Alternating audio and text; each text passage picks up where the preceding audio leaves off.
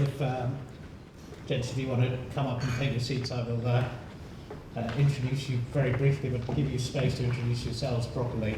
I started the robotics panel. I started looking at this area when we saw the sort of cost of living crisis go up, and I thought this is going to be an area of focus, not just from an investment perspective, but actually in terms of solving some of the conundrums around productivity that we've faced.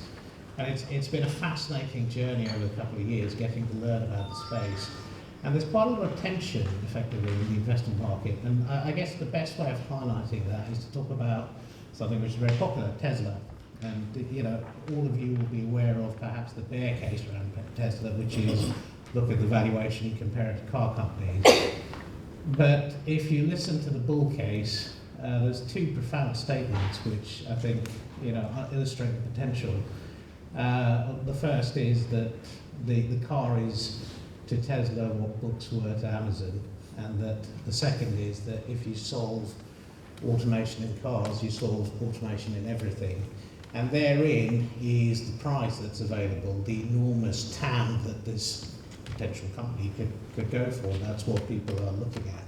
It's not without its problems. The principal issue in robotics is currently all around sort of scalability. There's some very knotty issues to tackle.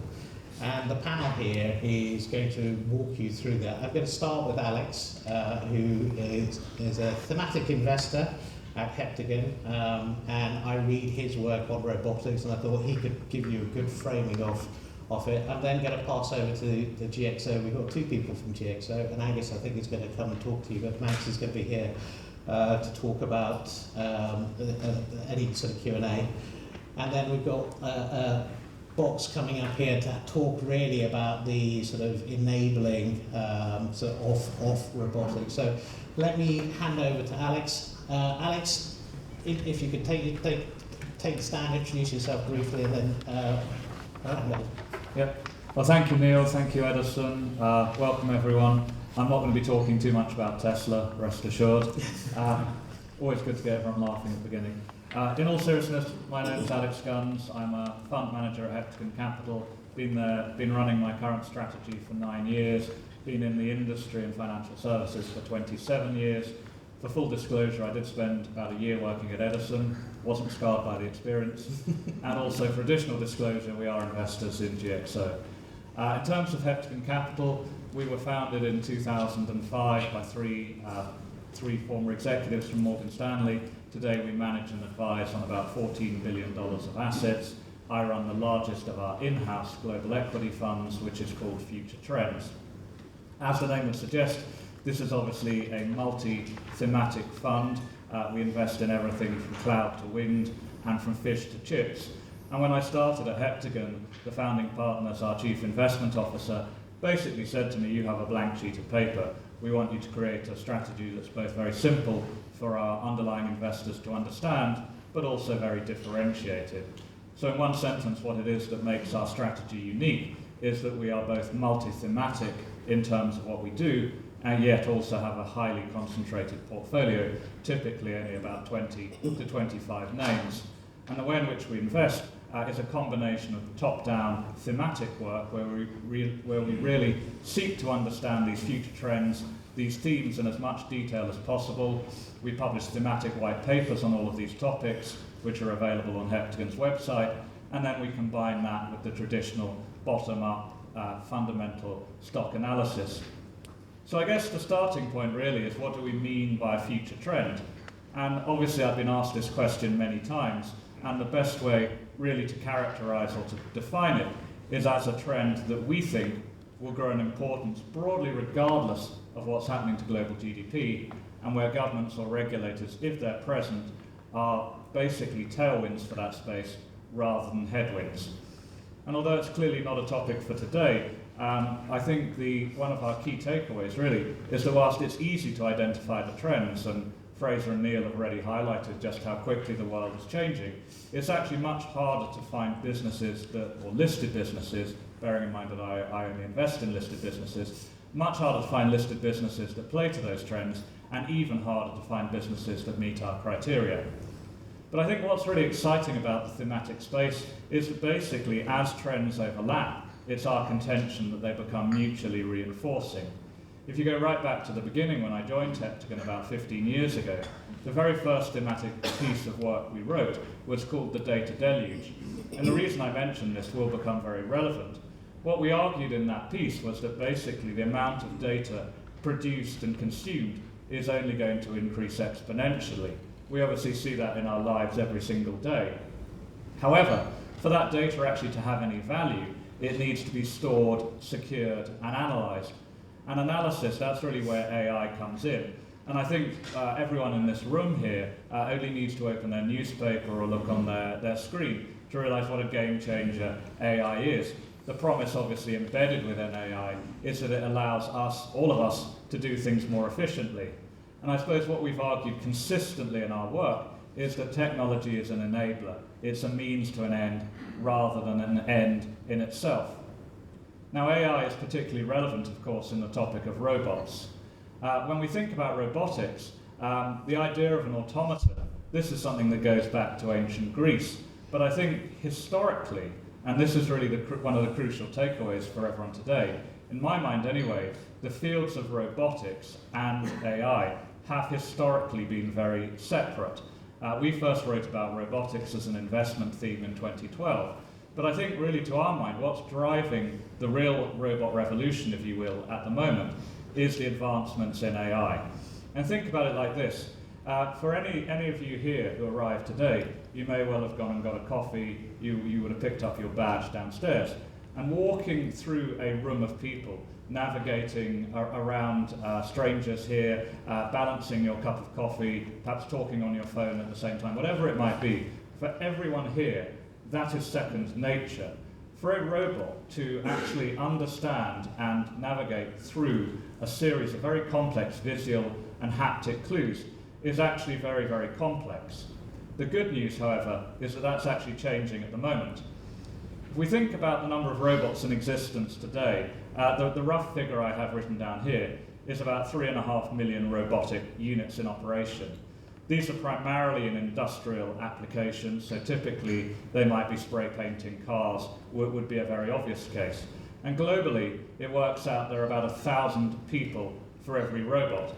Even in South Korea, which has the world's highest robot density today, there's still roughly 100 times more humans as there are robots in the workplace. And that's data from McKinsey. So I think the really interesting thing is that today, robots are certainly present, but they've actually had very little impact. The good news, as I said, however, is that all of this is actually changing. And really, to us, what's exciting is that we're all very familiar with AI today. We probably all use ChatGPT, or at least have encountered it in our daily existence. But I think what we would argue is that the next phase of AI is physical or embodied AI. There's a quote here I just want to share with you from Jensen Huang, who, as you're probably aware, is the chief executive of NVIDIA. And he says that physical AI, or artificial intelligence, that understands the worlds of physics and can work among us will be the next big trend. So I think that's what's really exciting. And if you take the very simple foundational elements of a robot, the sensors, the actuators, the battery pack, the electronics, sophisticated 3D printing, and then you actually add into that some software, advanced software powered by AI, and now you can see very, very easily and simply how this idea of the humanoid robot, as we call it, as many others have called it, is actually on its way. And we think AI really does have the potential to be transformational in terms of the way in which robots learn how to move and navigate new environments. Now, the reason I mention all of this is that, have no doubt, everyone, we need humanoid robots. And there are a couple of reasons why. Many people say that demographics means that the future has already happened. And again, I'm just looking down at my notes here.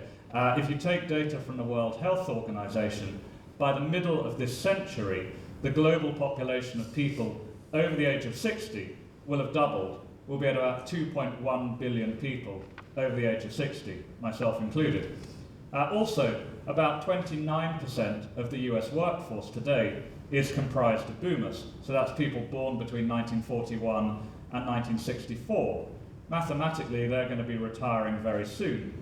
So I think if you join the dots, you should come to a very simple conclusion, that there is going to be a shortage of people in the world available to perform basic manufacturing jobs. Certainly if you step back from some of Donald Trump's rhetoric and you want to even attempt to begin to make America great or slightly better again, it's not just building factories or persuading manufacturing to come back to the States, but it's actually populating those factories as well. And we think robots are obviously going to partly fill that gap. And I think this is really the important point. Robots will not only work in factories, but also have the scope to care for the elderly as well. Now, I did say I wasn't really going to mention Elon Musk, but it's quite interesting just if you take his rhetoric, and clearly he's often been guilty of over-promising and under-delivering, but he's talking about 1 million Optimus humanoid robots in circulation by 2030. If you look at Morgan Stanley's research, they're talking about 1 billion robots of all kinds in circulation by 2050. Now the potential, without a doubt, is absolutely huge. If you think about any of us in this room here, in our typical day jobs, we will not be able to work non-stop. If I'm a robot, I potentially can. Certainly if I'm attached to a tethered power source, maybe I can have a human switching out my battery.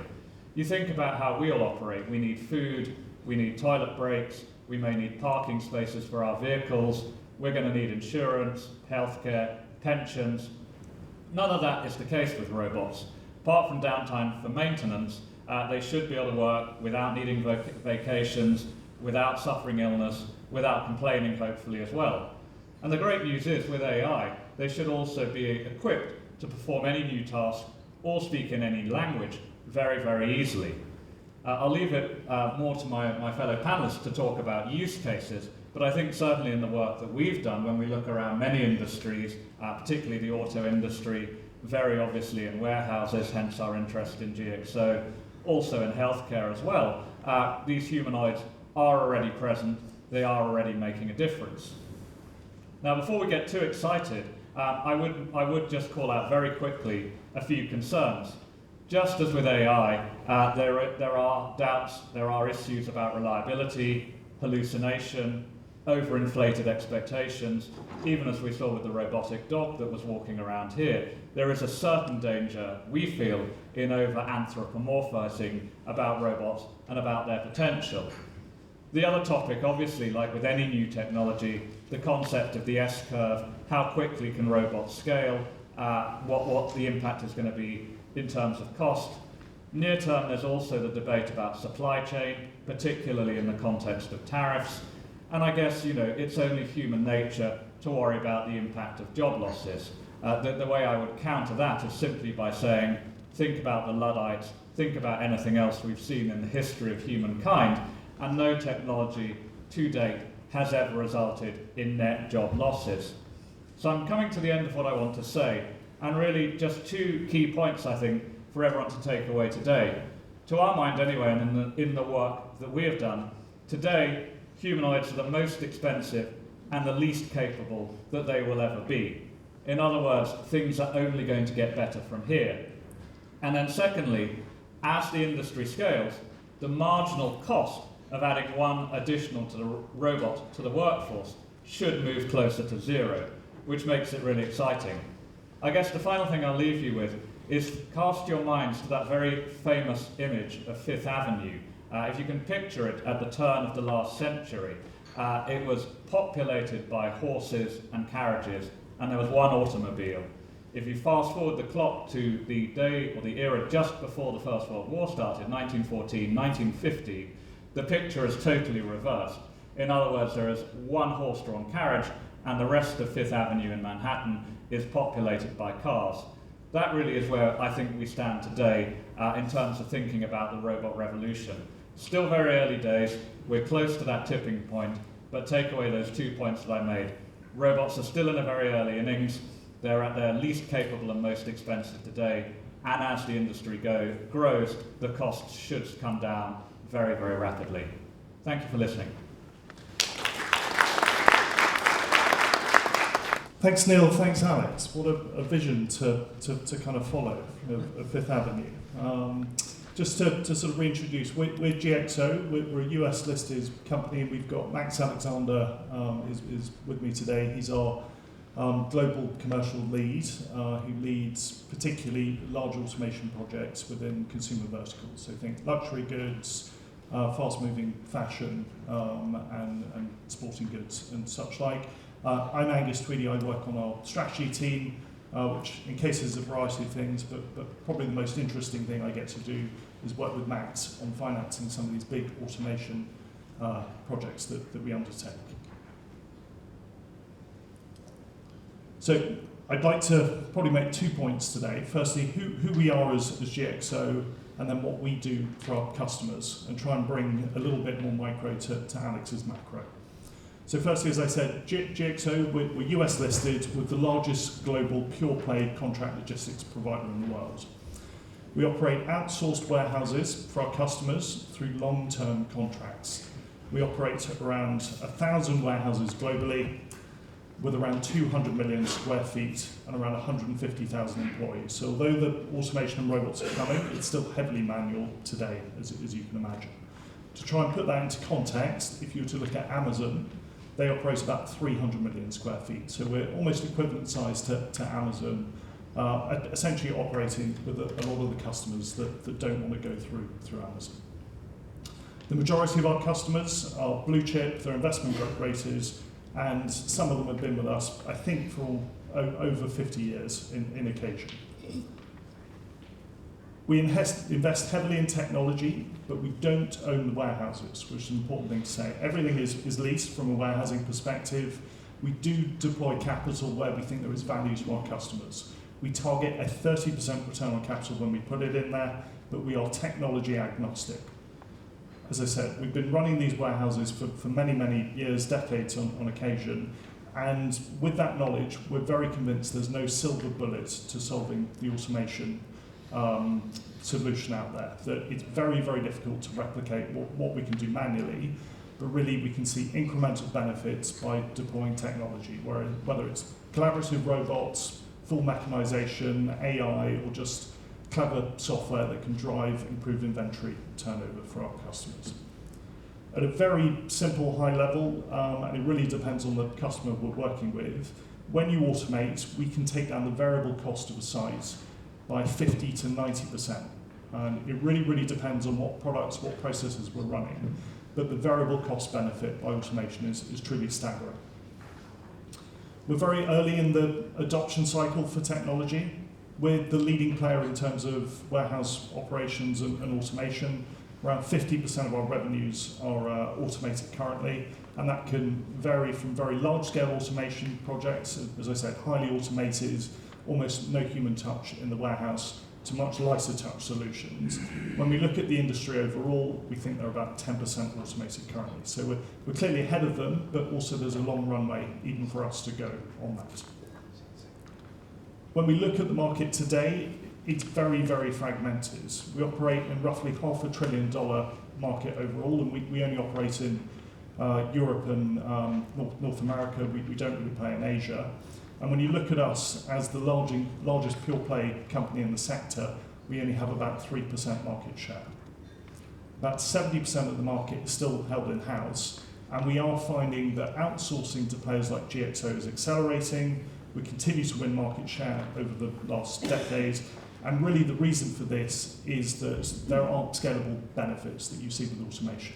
If you'd gone back 10, 15 years ago and it was completely manual, anybody who could get 100 people to turn up on a Monday could essentially operate a warehouse. But when you bring in automation, you bring in huge capital costs that if you make a mistake is going to be very costly and very return dilutive for one of our customers. When you think about the software and the scalability of the solutions, it goes up exponentially as you scale in an automated warehouse. So looking a little bit more at what we do for our customers, as I said, there's a whole spectrum of automation that we do. And we kind of split it into 4 buckets. So the first one being large-scale automation. As I said, we can operate sites where there's virtually no human involvement. We can reduce costs very significantly here. There's an example in the UK where we took a customer had 3 sites with about 1,500 employees. We shrank that down to 1 site with about 150 employees. So a very, very significant reduction in the labour costs of them. And we think of when they've implemented that ahead of a wave of inflation, the payback for that customer has been incredibly compelling. On top of that, I think some important things that often get missed is with these large-scale automation projects, it's not just a labour cost play. If you're thinking about apparel or clothing, you'll find that on average around 30% of apparel companies discount, all apparel companies take 30% of their inventory and discount it by about 50%. They do not sell it at full price. They buy it very cheap in Asian markets, they bring it through, and they essentially make a margin with the acceptance they're going to be inefficient in their inventory.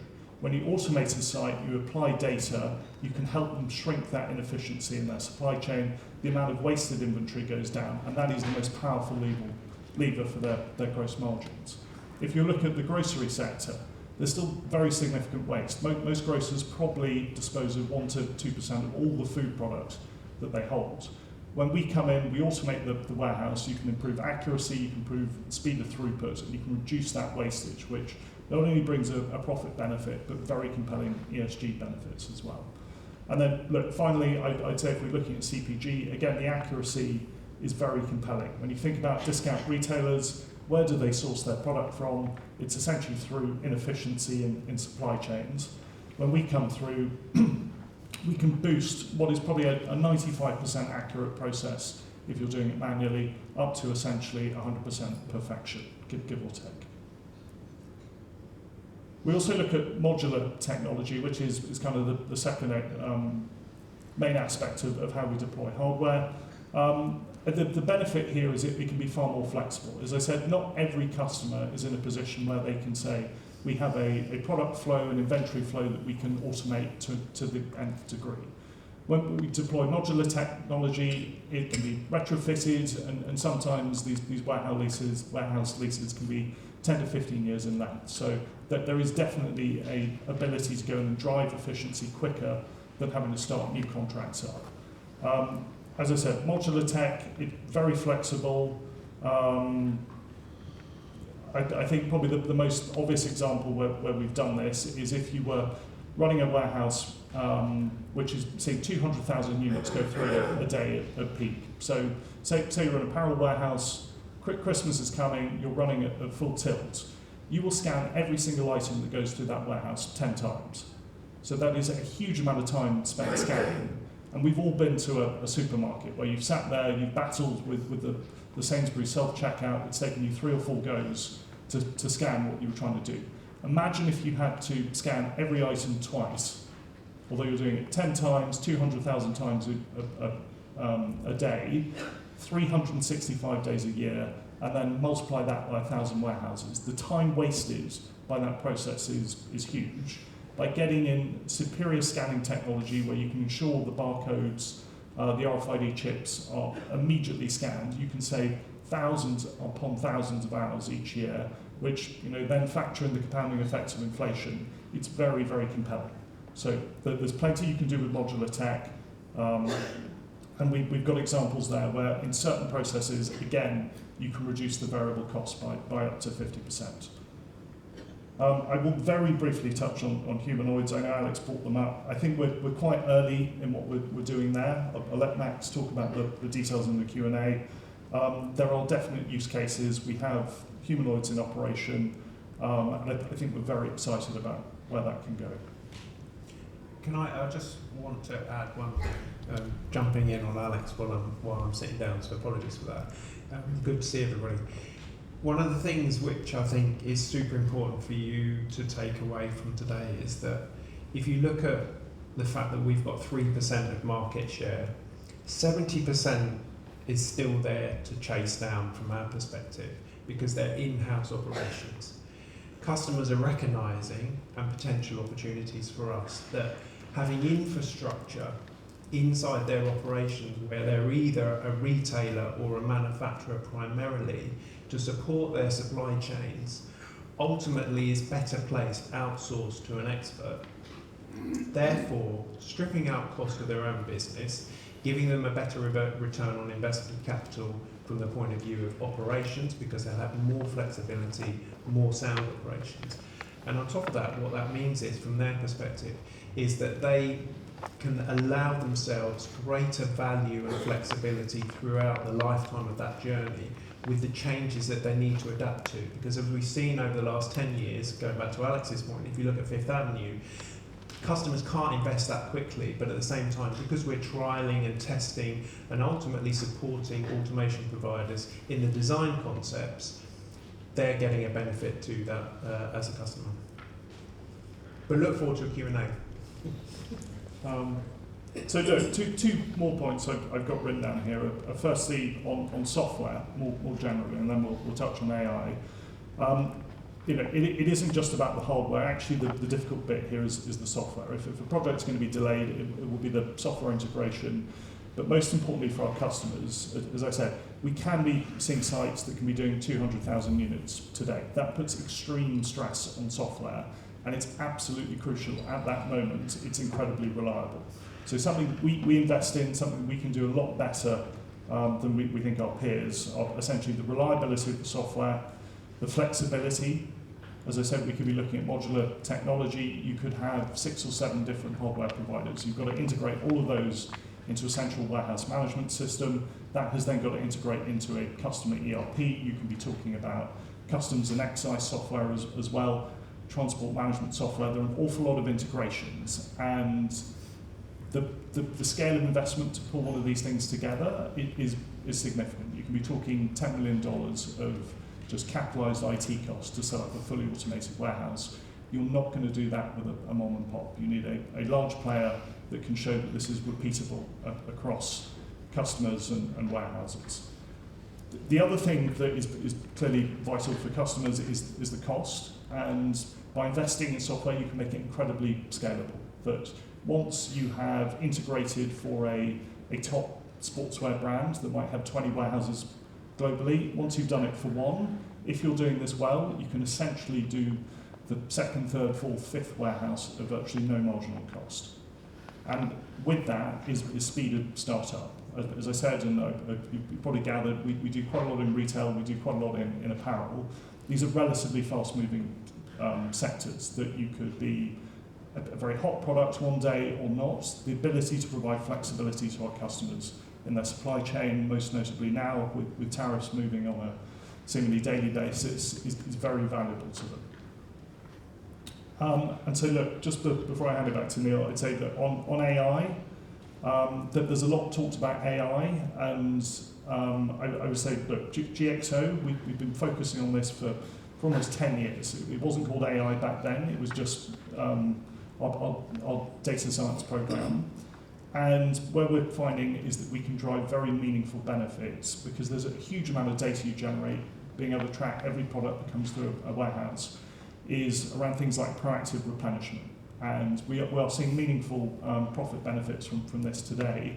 But what I mean by proactive replenishment is leveraging big data to work out which SKUs within a warehouse. You might have 1 million SKUs that you're holding within a warehouse. Which ones are going to move quickly, which ones you should position as fast and as close to the outbound and onward delivery as possible. And you can reduce costs significantly by that. So you can get insights into the customer's business, and you can help them manage that stock more effectively.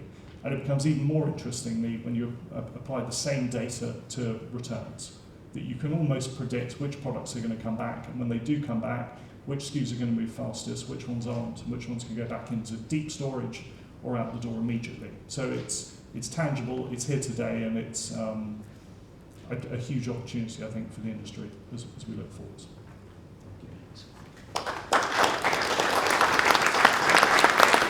Thank you. And I think it was a perfect segue for Eleanor, because the issue on software is something that we did want to address, and both as a private company, but I think it was interesting in terms of your almost agnostic.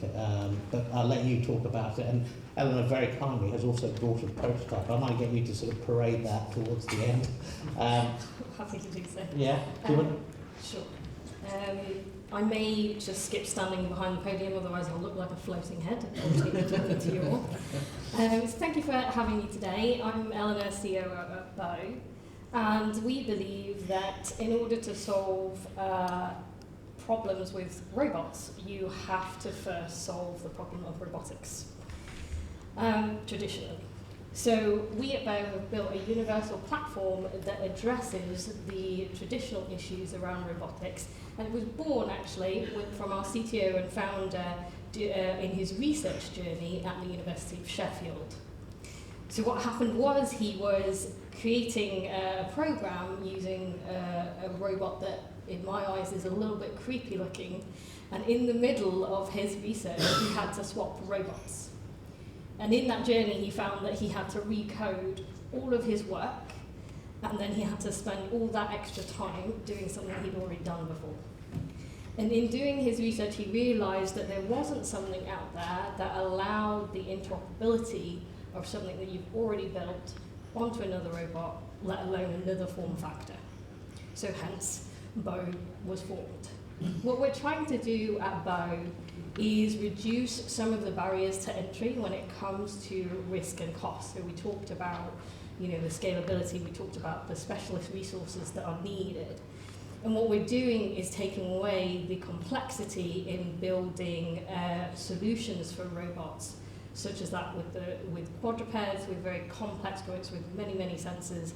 And it allows you to focus on the solution and not all the time trying to solve, the type of robot that you're working with. So I think we've all seen recent trends and videos of extremely cool robots, either as humanoids in the home putting shopping away, which have billions in investment, or quadrupeds on wheels that might be doing backflips.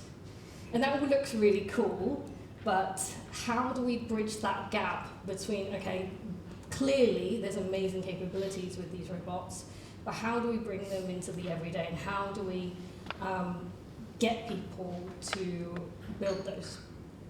At the moment, there are roughly around 200,000 roboticists around the world, so if you wanted to play in the world of robotics, it could be quite costly for you. So the hardware can be quite expensive, getting the right resources can be extremely expensive, and they may or may not have a certain expertise with a particular manufacturer and not general robotics knowledge.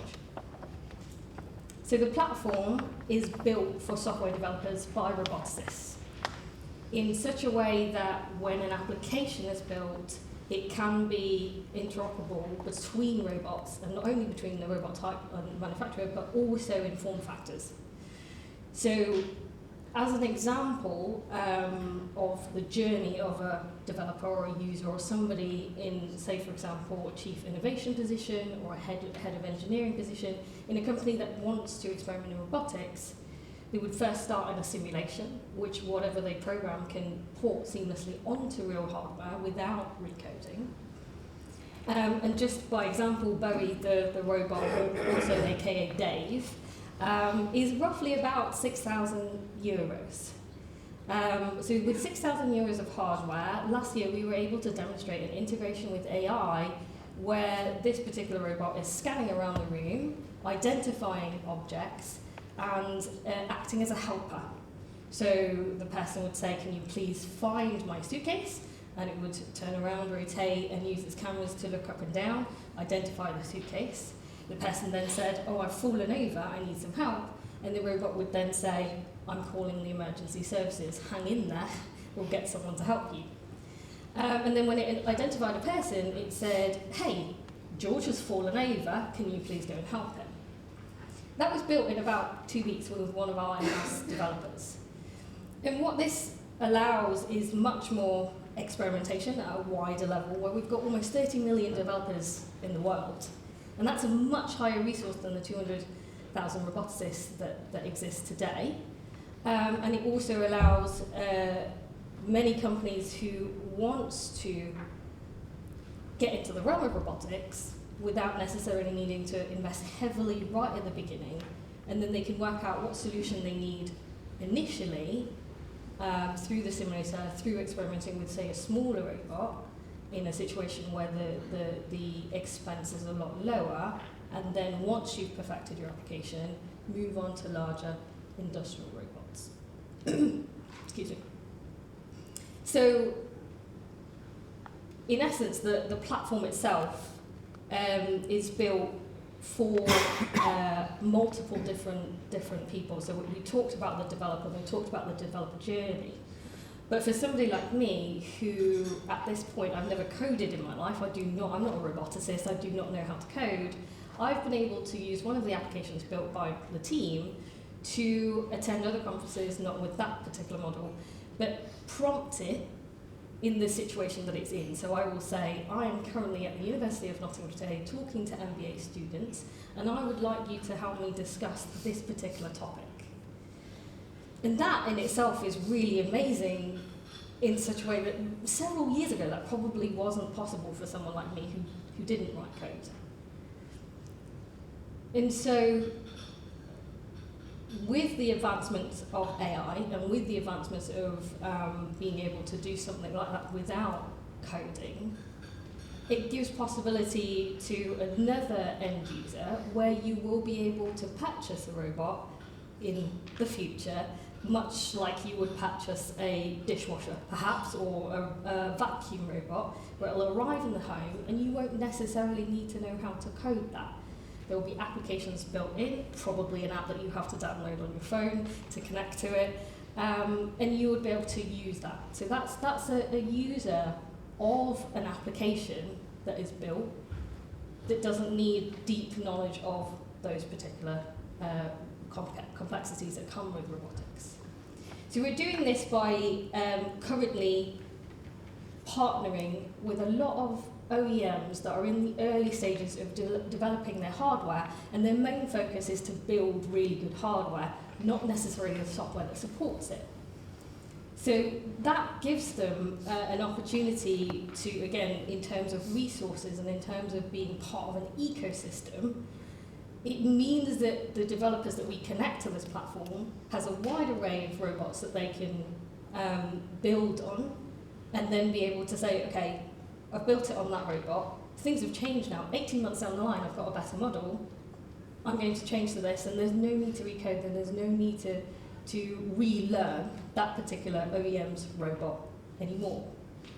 And then with the question of AI, what we've decided to do, in the same way that the platform is robot agnostic, it is also modular, in that whatever you want to use that robot for, and whatever the latest AI model supports, you can also integrate that into the robot, and hence your solution that you've built will always move with the times.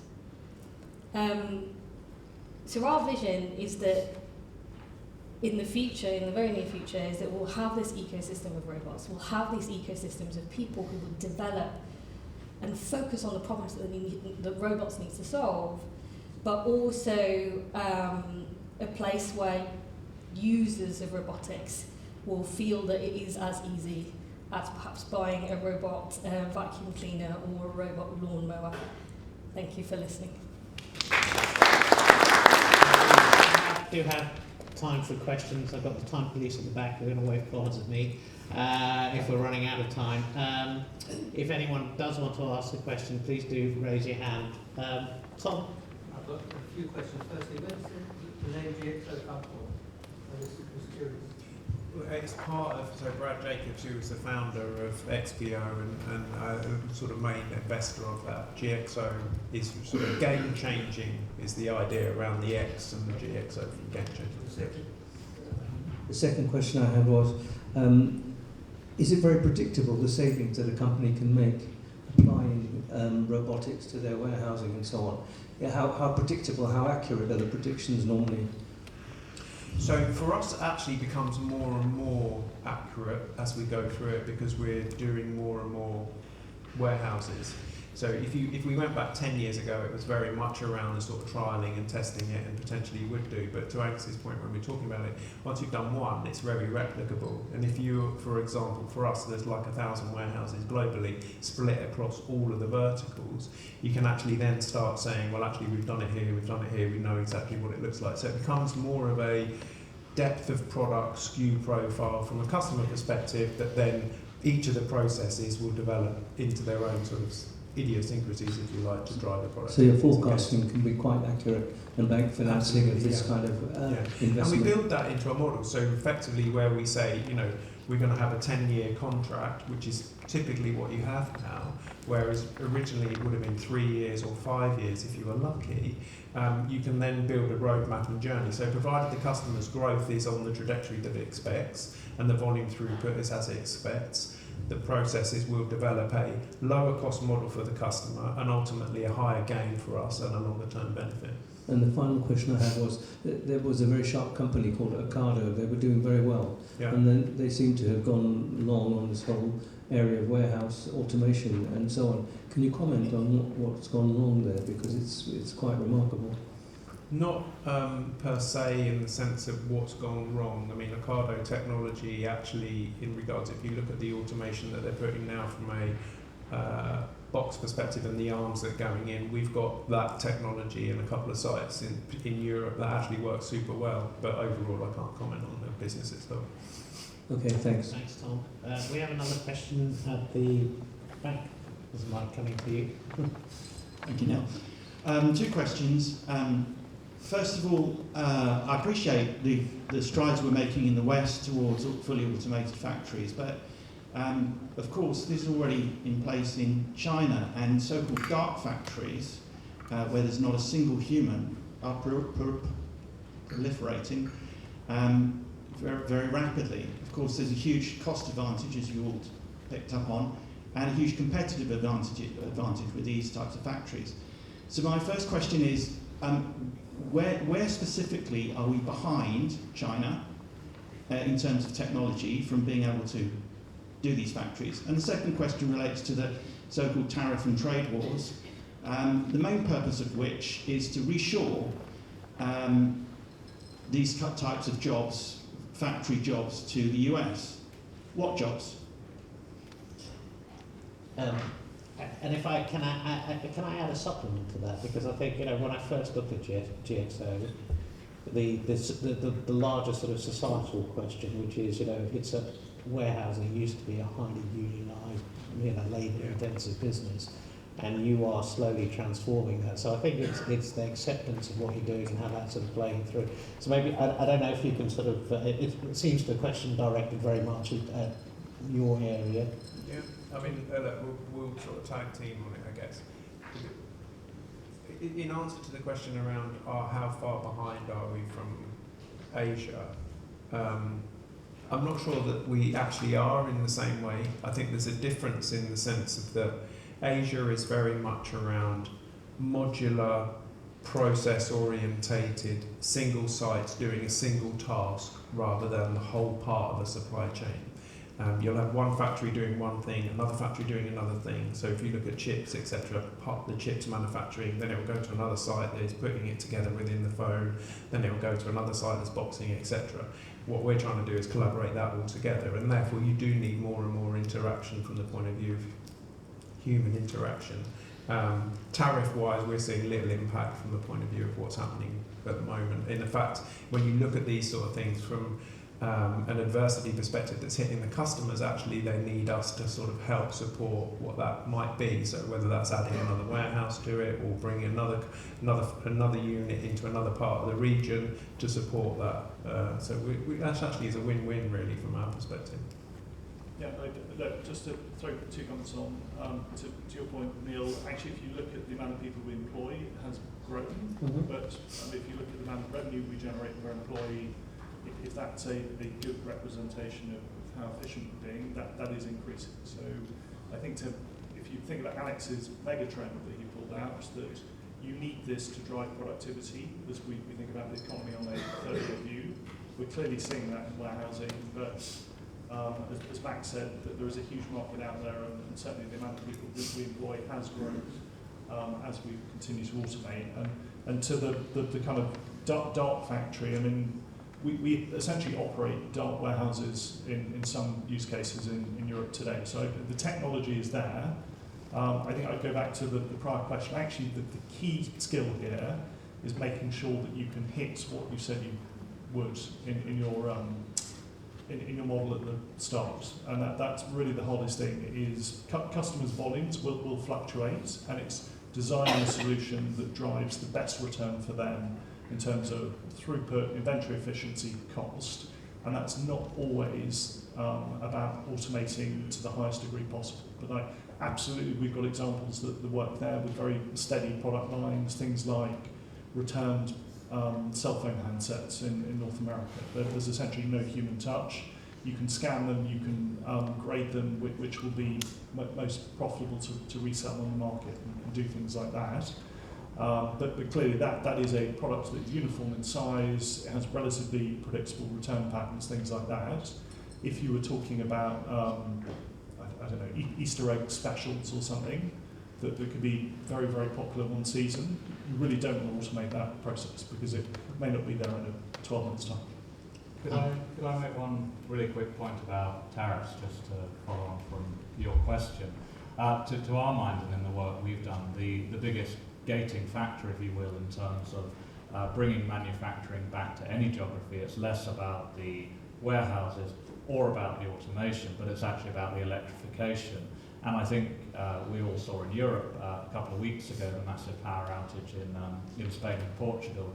If you look in pretty much any Western economy, most grid infrastructure was built just after the Second World War. The population growth, the demand that we've put on the grid since then, when you add in global warming, not to mention AI, is putting a huge amount of pressure on the grid. So I think that will be a bigger challenge to making manufacturing great in any geography. Thank you. I am going to have to call time on the panel, I think. But the panellists are around afterwards, so if you do want to talk to them or ask them questions, hopefully you can find them in the meeting rooms next door or around here. If I could say thank you very much once again to everyone. It's hugely appreciated you giving your time, your wisdom, your thoughts, your experience to our audience. Thanks very much.